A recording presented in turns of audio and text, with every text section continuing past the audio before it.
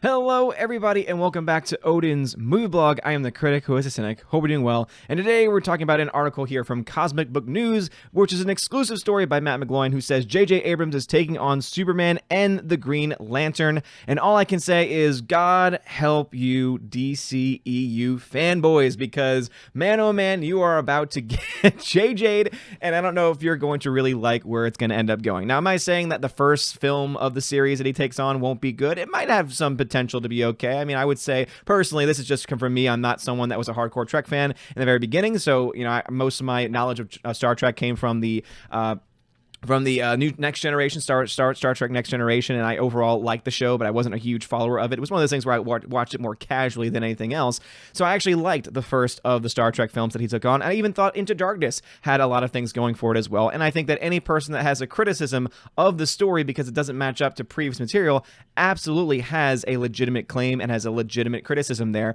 I just don't have that kind of knowledge because I didn't actually watch the original series, and so I don't have that same connection to the actual characters. But I think all of us can agree that he took Star Trek in a very weird direction and was making films just kind of like this paycheck type film where it was, it was okay, it was entertainment, it was popcorn fun, but there really wasn't anything else more to it than just that. Now, maybe that's what Star Trek was supposed to be. Maybe that's what many people saw Star Trek to be, at least from the mass audiences, but I would say hardcore fans were definitely left out in the dust with that. And so I think that that's the reason why people should be afraid and should be concerned with things like Superman and things like Green Lantern, because if he does not really care about hardcore fans and what they really want, and we see this very clearly with what he did with The Force Awakens by making certain characters just random Mary Sues without actually explaining anything about how their characters became as powerful as they were, basically trying to bank on nostalgia and bank on, they like this previous film, they loved A New Hope, so let me just go ahead and make a version of, let me just go ahead and make a 2017 version of A New Hope, or a 2016 version of A New Hope, and then they'll be happy. Or was it 2015? I can't remember when The Force Awakens first came out, because man, oh man, Star Wars has been on the downward decline ever since then. But you understand where I'm coming from, where basically he tries to,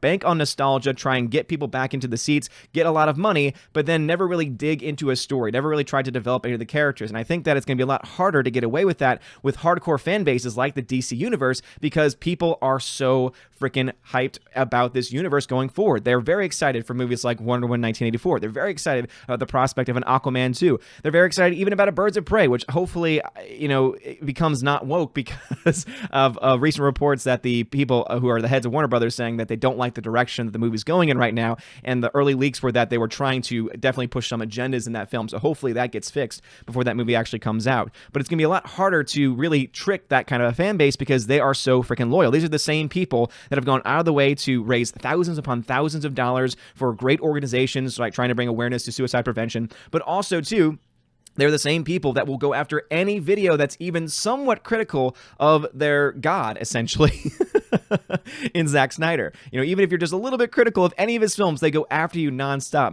My friend Matthew Kadish, he learned that recently, where he watched the film. He was a part of a podcast, part of a video where he explained all the different plot holes and all the different problems with it, and he got absolutely mobbed by these people. And so I think J.J. Abrams needs to really be careful here, because if J.J. Abrams thinks that he can just play with this franchise and take it as a quick paycheck and just try and make it a mass appeal type film that's going to appeal to non-hardcore fans, I think that he might end up pissing off a lot of people, especially with the Superman franchise. Green Lantern, maybe a little bit less. Obviously, it's still the same, the DC universe. However, when you are going from that terrible version, that terrible edition of the Green Lantern that they had several years back with some of the worst CGI I've ever seen in my life, with starring Ryan Reynolds, and the fact that Ryan Reynolds even makes jokes about that even to this day, I think that overall that one might be where he has somewhat of a saving grace, a little bit of pad to be able to, do his mass appeal thing. But when it comes to Superman, there are still hardcore DC fans that think Man of Steel was one of the best films ever made. They think BVS was good. They think Justice League was good, even though obviously the box office and also general criticism would say that it really does not really match up to it. But that all being said, this is not about a DC criticism video. This is more about J.J. Abrams and why J.J. Abrams taking over this universe should cause concern by DC fans. So let's just talk a little bit about this and read a little bit of this article from Cosmic Book News. It says, while Warner Brothers chose to sit out of Comic-Con, the talk around town in San Diego was all about the DCEU and Crisis on Infinite Earths. And now I have learned that J.J. J.J. Abrams will be taking on both Superman and Green Lantern. My understanding is that a big reason why J.J. Abrams recently signed that mega deal with Warner Brothers is that he wants to tackle the DC movie characters Abrams was actually attached to Superman Flyby years ago, and that he is going to do movies for Superman and Green Lantern first, confirming my speculation from last month. I've also been told that J.J. Abrams' wife producer Katie McGrath was responsible for getting Ann Sarnoff named as the new chair and CEO of Warner Brothers. So you see, J.J. Abrams has got his tentacles in all of these different places. He's got so much control, so much power, and so much influence in almost every major franchise. Think about every major franchise that exists currently. Star Wars, which obviously I'd say is on the decline. You look to even Marvel. There's certain people that have been attached to the projects that he's worked on in Marvel, and now he's getting his hands all over the DC universe, and I really do think that he's going to continue to spread his tentacles, continue to spread his nonsense of just, basically doing lowest common denominator type filmmaking, where, yeah, it might appeal to the general audiences, but that doesn't mean that it's necessarily good filmmaking. And also, he's been known and is notorious for abandoning his projects before he's able to actually finish them. That's why to this day, people are still talking about that ending of Lost. Even though I never really got into that show, there are people who still call that one of the worst endings or one of the most controversial endings to any show. And again, you go to any list and that's always going to be on there at some point in time. So I would say, hey, be very careful with this, because he's gotten a multi-million-dollar deal, meaning that he's probably going to be taking over this franchise and being the new head of this franchise, similar to what Zack Snyder was doing beforehand.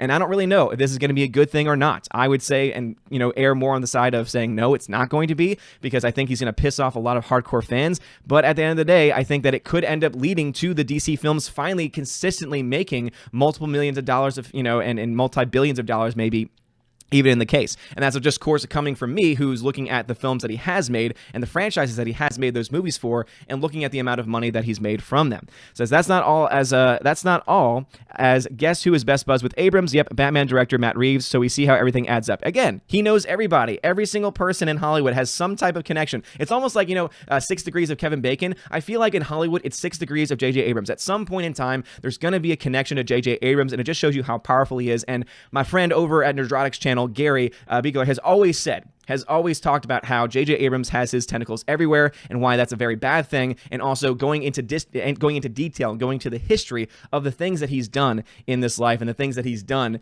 in these different franchises. But guys, what are y'all's thoughts about this? Are you excited for J.J. Abrams to direct Superman and Green Lantern? And because he's getting a multi-million-dollar deal, supposedly, it could mean that he's taking over the entirety of the franchise, taking over the entirety of the DCEU. Maybe not directing all the movies, but at least being that Kevin Feige-like figure where he's the one that's dictating certain things, choosing certain directors and everything, which means you're going to get a lot of you're going to get not only JJ, but also a lot of JJ underlings that are part of all these different projects being brought in to continue his vision. So what are y'all's thoughts about this? Would love to hear your thoughts in the comments below. Guys, if you like this video, smash that like button, give me a thumbs up, give me a subscribe. It helps me out a lot. You are all amazing and beautiful people. Have a wonderful day, and as always, God bless.